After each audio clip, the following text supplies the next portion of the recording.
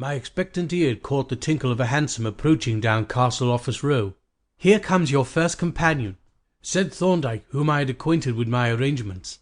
"Tell Hornby from me to keep his courage and, for yourself, bear my warning in mind. I should be very sorry indeed if you ever had cause to regret that you had rendered me the very valuable service for which I am now indebted to you. Good-bye. Don't keep her waiting." I ran down the stairs and came out of the entry just as the cabman had pulled up and flung open the door. "Holloway Prison, main entrance," I said as I stepped onto the footboard. "There ain't no back door there, sir," the man responded with a grin, and I was glad that neither the answer nor the grin was conveyed to my fellow passenger. "You are very punctual, Miss Gibson," I said. "It is not 1:30 yet." "Yes, I thought I should like to get there by 2, so as to have as long a time with him as possible without shortening your interview."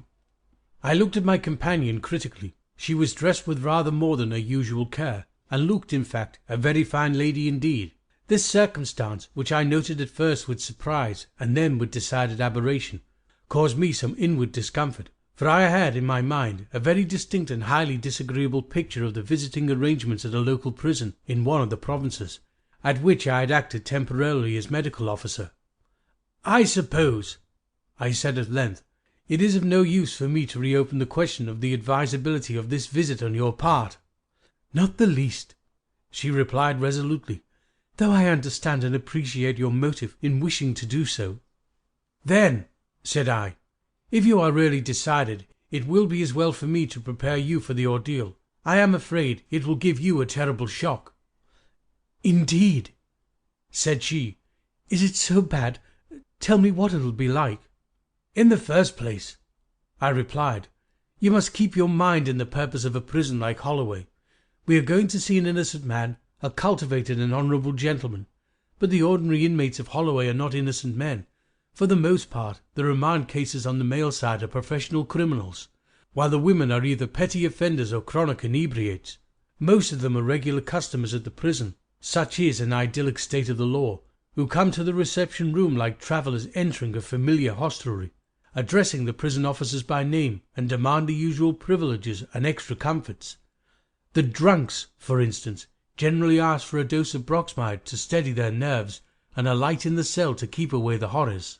And such being the characters of the inmates, their friends who visit them are naturally of the same type, the lowest outpourings of the slum, and it is not surprising to find that the arrangements of the prison are made to fit its ordinary inmates. The innocent man is a negligible quality, and no arrangements are made for him or his visitors." "But shall we not be taken to Reuben's cell?" asked Miss Gibson. "Bless you, no," I answered, and determined to give her every inducement to change her mind. I continued, "I will describe the procedure as I have seen it, and a very dreadful and shocking sight I found it, I can tell you. It was while I was acting as a prison doctor in the Midlands that I had this experience. I was going my round one morning when, passing along a passage, I became aware of a strange muffled roar from the other side of the wall. 'What is that noise?' I asked the warder who was with me. 'Prisoners seeing their friends,' he answered. 'Like to have a look at them, sir.' He unlocked a small door, and as he threw it open, the distant muffled sound swelled into a deafening roar. I passed through the door, and found myself in a narrow alley at one end of which a warder was sitting. The sides of the alley were formed by 2 immense cages with stout wire bars, one for the prisoners and one for the visitors, and each cage was lined with faces and hands, all in incessant movements, the faces mouthing and grimacing, and the hands clawing restlessly at the bars. The uproar was so terrific that no single voice could be distinguished, though everyone present was sounding his loudest to make himself heard above the universal din. The result was a very strange and horrid illusion, for it seemed as if no one was speaking at all, but all the noise came from outside, and that each one of the faces, low, vicious faces mostly, was silently grimacing and gibbering, snapping its jaws and glaring furiously at the occupants of the opposite cage. It was a frightful spectacle. I could think of nothing but the monkey house at the zoo.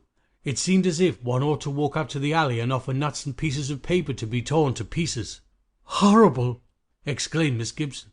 "And do you mean to say that we will be turned loose into one of these cages with a herd of other visitors?"